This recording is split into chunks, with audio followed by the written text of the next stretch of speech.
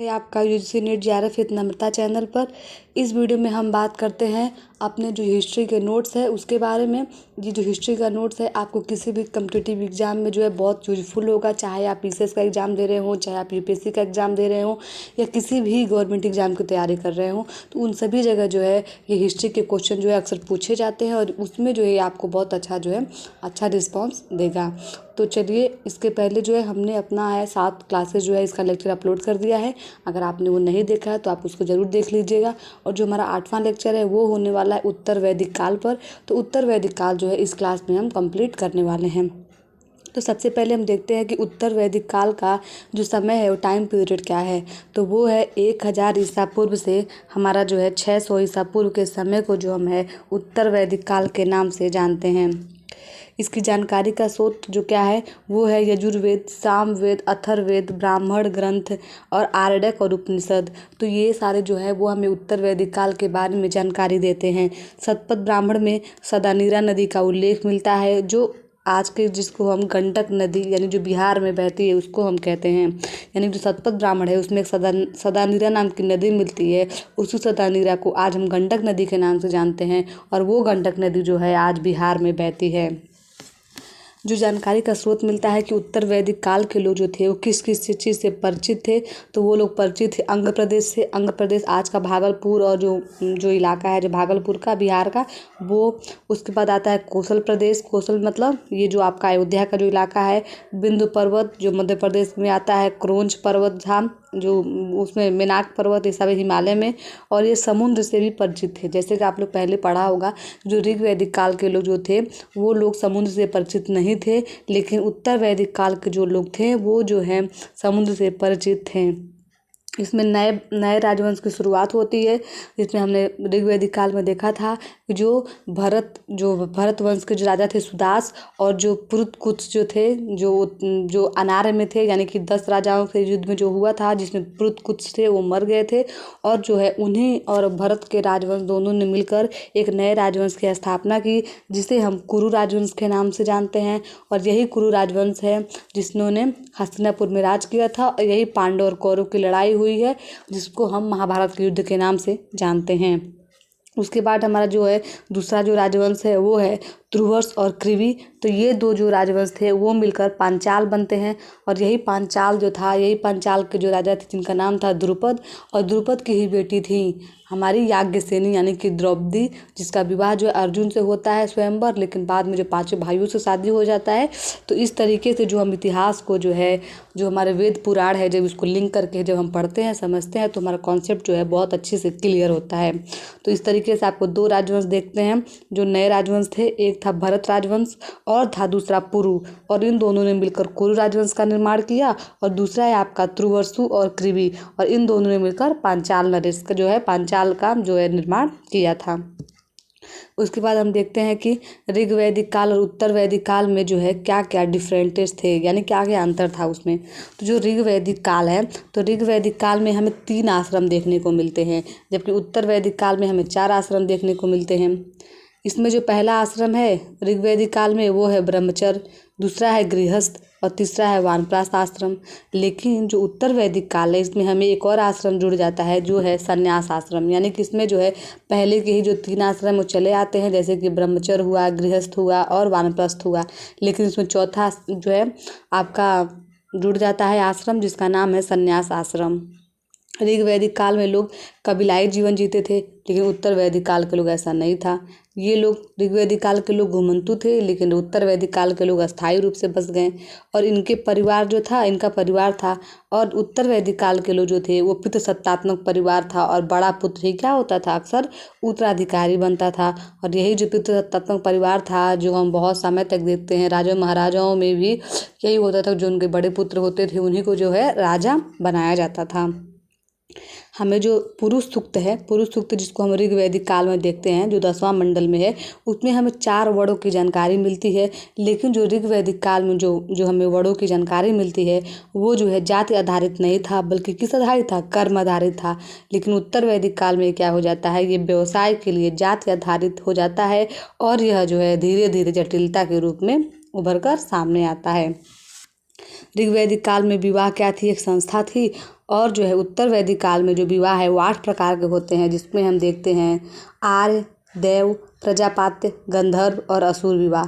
यही गंधर्व विवाह, जिसे आजकल के लोग जो इसको लव मैरिज बोलते हैं, उसी को हम गंधर्व विवाह के नाम से जानते हैं। और उसके बाद जो है विवाह में जो 2 प्रकार के होते हैं, एक होता है अनुलोम और दूसरा होता है प्रतिलोम।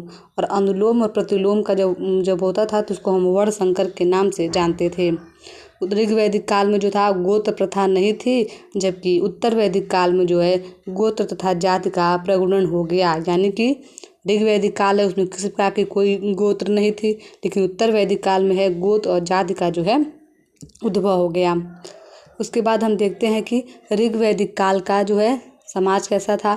तो ऋग वैदिक काल के लोग कबीलाई समाज था और परिवार इनकी जो है वो मूल इकाई थी। परिवार इनका कैसा था, बृहद होता था और संयुक्त होता था। किसी को भी अपना ये लोग गुरु और आराध्य मान लेते थे। यानी जो यहाँ के लोग पहले कबीलाई जीवन जीते थे और परिवार जो था इनका मूल था, और परिवार भी जो था वो भी बहुत बड़ा होता था। और जो एक परिवार होता था उस परिवार का अपना कोई एक कुलगुरु होता था। जैसे हम भगवान राम में देखते हैं कि वशिष्ठ जो थे उनके गुरु थे ना, उसी तरीके से इन लोगों का भी अपना एक कुलगुरु होते थे।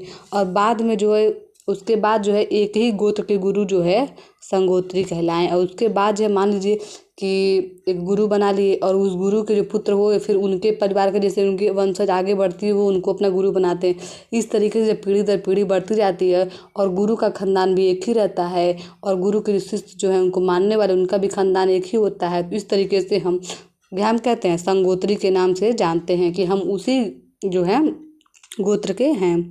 उसके बाद हमारा आता है ऋग वैदिक काल और उत्तर वैदिक काल में अंतर क्या क्या था।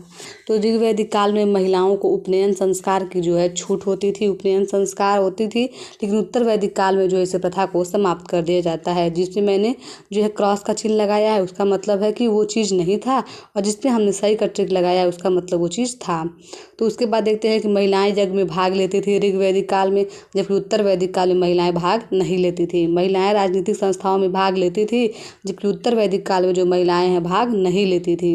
इस स्थिति में क्या थी, उत्तर वैदिक काल में जो है महिलाओं की स्थिति में गिरावट शुरू हो जाती है और इस काल में कुछ ही विदुषी महिलाएं मिलती हैं। जैसे आपने ऋग वैदिक काल में देखा कई सारी महिलाएं थी जो विदुषी मतलब होता है विद्वान थी, लेकिन उत्तर वैदिक काल में कुछ ही गिनी चुनी महिलाएं मिलती हैं जो विदुषी थी यानी कि विद्वान थी। जिसमें हम पहला नाम देखते हैं गार्गी, दूसरा है मैत्री और तीसरा है गृहता। अब हम देखते हैं कि उत्तर वैदिक काल का समाज कैसा था। तो उत्तर वैदिक काल का समाज कैसा था, तो ऋग वैदिक काल में जो है जाति प्रथा तो नहीं थी, लेकिन उत्तर वैदिक काल में जाति प्रथा हमको देखने को मिलता है। उसके बाद जो है इसमें सती प्रथा नहीं थी। ऋग वैदिक काल में न सती प्रथा नहीं था, लेकिन उत्तर वैदिक काल में था। बाल विवाह नहीं था, उत्तर वैदिक काल में था।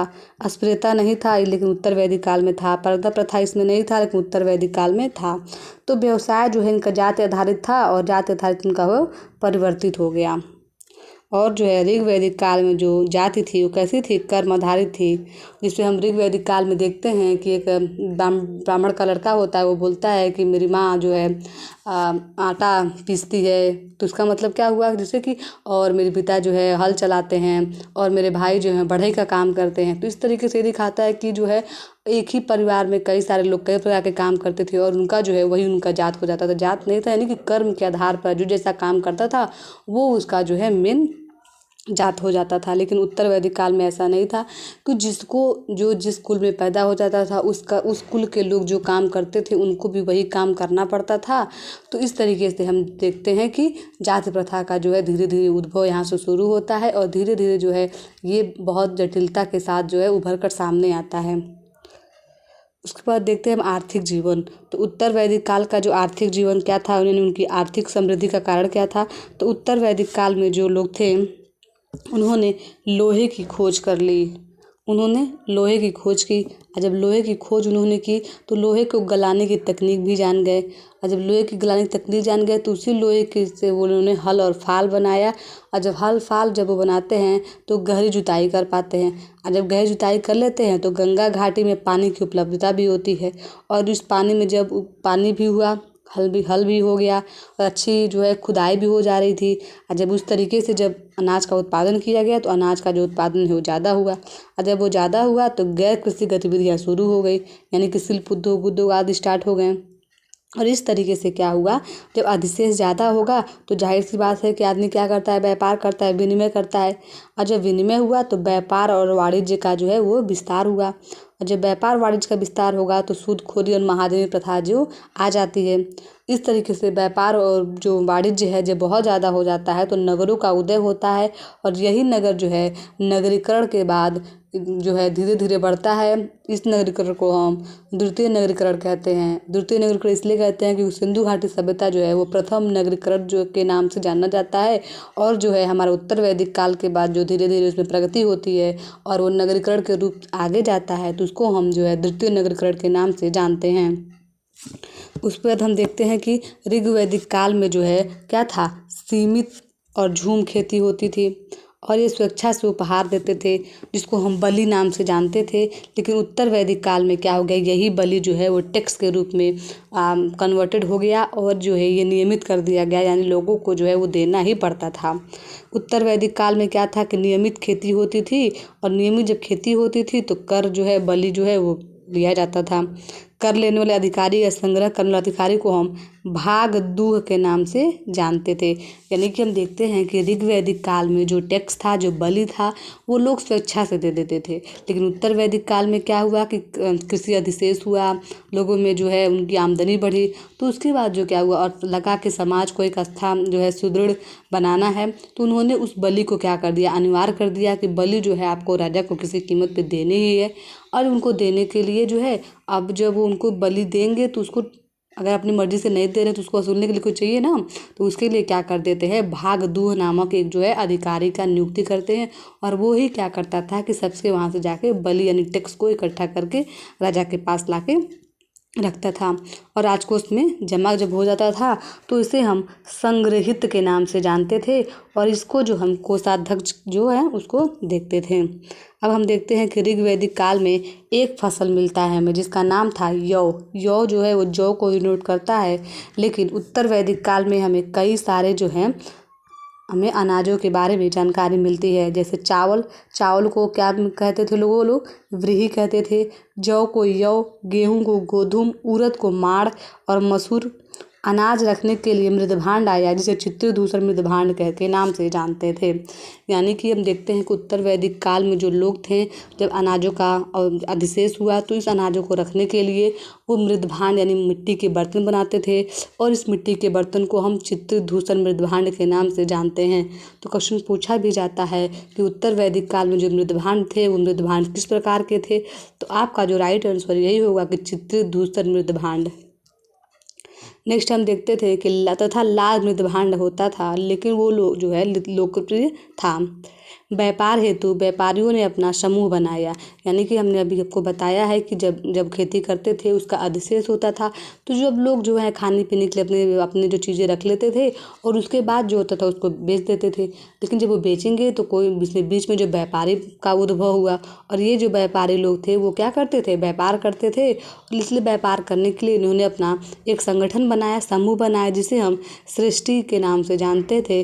और यही सृष्टि जो है वह महाजनी प्रथा के नाम से सामने आती है जिसे हम कुशुद्दीन के नाम से जानते हैं, कुशुद्दीन के नाम से जानते हैं। धातुएं जो थी वो कैसी थी, तो धातुएं जो है वो लोहा, तांबा, टीन, सीसा, सोना, चांदी और कांसा जो थे वो धातुएं थी। मुद्रा कैसी थी, उत्तर वैदिक काल में मुद्रा का विकास हो चुका था परंतु दैनिक जीवन में वस्तु विनिमय हेतु जो है वो कौड़ियों का ही प्रयोग किया जाता था।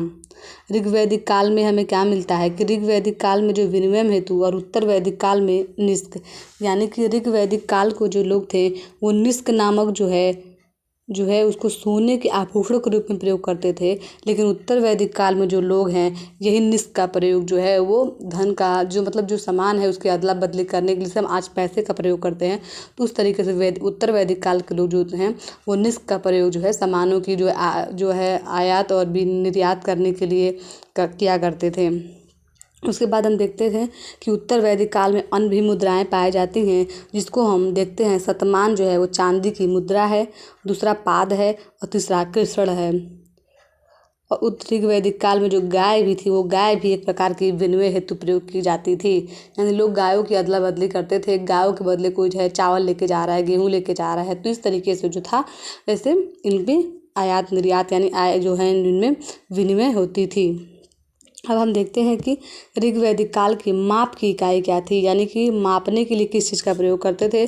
तो मापने के लिए जो है ये लोग क्रिसल का प्रयोग करते थे, गुंजा का प्रयोग करते थे और रत्ती का प्रयोग करते थे। राजनीतिक जीवन कैसा था, तो ऋग्वैदिक काल का जो है राजनीतिक जीवन जो था वो कबीलाई समाज के लोग थे और ये घुमंतु थे और लोग को ही जन कहा जाता था। लेकिन उत्तर वैदिक काल में जो उनका क्षेत्र था वो बड़ा भूभाग था, जन जो है वो जनपद कहलाता था। ऋग्वैदिक काल में जो परिवार था उस परिवार में भाई भतीजा थे और इन्हीं भाई भतीजों को बृहद परिवार होता था और तो इनमें जन का जो नेतृत्वकर्ता होता था उन्हें मुखिया के नाम से जानते थे। और पंचाल भी एक क्या था, कबीला था। और बाद में जो ये कबीला है वो किस में कन्वर्ट हो जाता है, राष्ट्र में यानी प्रदेश में। और जब राष्ट्र या प्रदेश में कन्वर्टेड हो जाता है तो वो क्या होता है, बड़े भूभाग पर शासन करने लगते थे। राजा का चयन कैसा होता था, तो जो राजा का चयन है उसको चयन करने के लिए चयन समितियां करती थी। जैसे हमने आपको बताया है इसके पहले ही कि सभा, समिति और जो है विद्वत नाम की 3 सभाएं होती थी। तो सभा जो होती थी वो आम लोगों के जो है वो सभा होती थी और समिति जो थी वह जो है बड़े लोगों की जो है समिति होती थी, जिसमें जो वो लोग राजा का चुनाव किया करते थे। तो उसी तरीके से जो राजा का चुनाव था वो वंशानुगत नहीं होकर भी क्या होता था, समिति के द्वारा चुना जाता था कि किसको राजा बनाना है, किसको राजा नहीं बनाना है। तो इस तरीके से जो राजा का चुनाव है वह जो है वो चयन करती थी, चयन समिति के द्वारा किया जाता था, जिसमें जो है कुल 12 लोग होते थे और जिन्हें हम रत्निन के नाम से जानते हैं। यानी जो 12 लोग थे वो लोग मिलकर राजा का चुनाव करते हैं, जिसे हम रत्निन के नाम से जानते हैं। जब राजा का चुनाव हो जाता था तब राजा यज्ञ करता था। अब ये सोचे कि यज्ञ क्यों करता था, तो राजा यज्ञ इसलिए करता था कि राजा का राज्याभिषेक के लिए उसे राज्य सुयोग करना पड़ता था, जिसे हम 22 युद्ध के नाम से जानते हैं। यदि जब राजा का चयन हो जाता था इन 12 रत्नों के द्वारा, तब राजा को राजा बनने के लिए, पूर्ण रूप से राजा बनने के लिए राज्य सुयोग करना पड़ता था। बिना राज्य सुयोग के कोई राजा नहीं बनता था। आपने जो है रामायण और महाभारत अगर देखी होगी तो आपने इसको ज़रूर सुना होगा कि राज्य सुयोग के बारे में सुना ही होगा।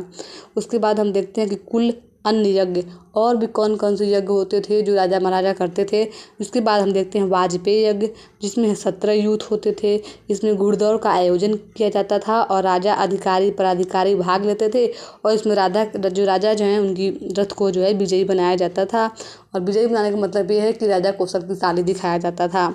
उसके बाद हम देखते हैं अश्वमेध यज्ञ, जिसको हम चक्रवर्ती के नाम से जानते हैं। इसमें 21 यूथ है, जिसमें ये होता है कि संप्रभुता दिखाया जाता है कि राजा का घोड़ा जहाँ तक चला गया वो उनका एक छत्र शासन हो जाता था, या फिर जो उनकी सत्ता को चुनौती देना चाहता था वो उनके घोड़े को बांध लेता था। इस पर आपने देखा भी होगा कि रामायण में जैसे भगवान राम जो है जब अश्वमेध यज्ञ कर रहे होते हैं तो जो लव और कुश होते हैं उन्होंने राजा के जो है भगवान राम के घोड़े को बांध लिया था। उसके बाद धीरे धीरे कई लोग जाते हैं, अंत में जो है हमारे भगवान हनुमान हैं वो भी जाते हैं और उनको पहचान लेते हैं। तो इसलिए हम उस पर नहीं जाते हैं। मैंने बस आपको एग्जाम्पल बताया है कि जो अश्वमेध यज्ञ है उसे किस नाम से जानते हैं, क्या उसका औचित्य था। तो उसके बाद हमने अपने टॉपिक पे आते हैं जिसका नाम है, उसके बाद तीसरा जो यज्ञ करते थे उसका नाम था अग्निष्टोम यज्ञ। इसमें क्या होता था, ये बसंत ऋतु में की जाती थी और सोम रस की आहुति दी जाती थी।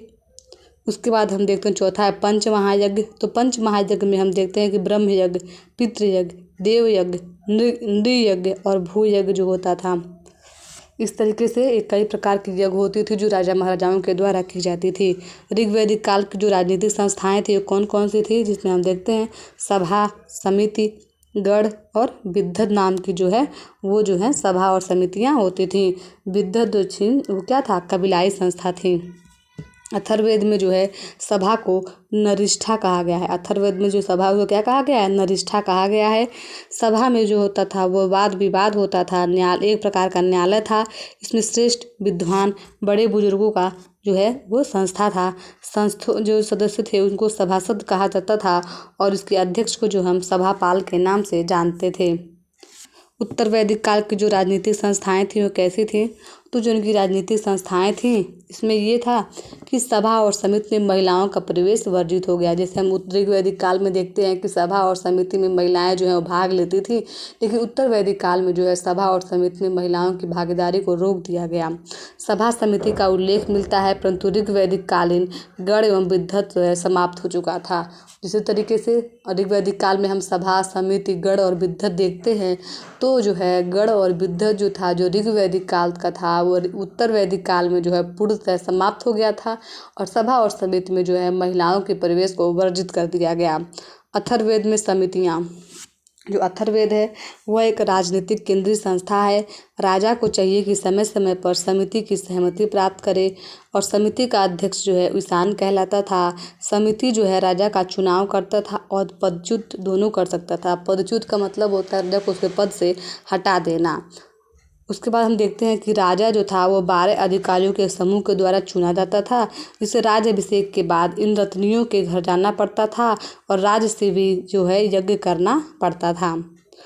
अब हम देखते हैं कि जो अधिकारी थे जिनमें हम देखते हैं कि सेनापति जो थे उन मुख्य देवता उनका जो हमारे थे अग्नि थे।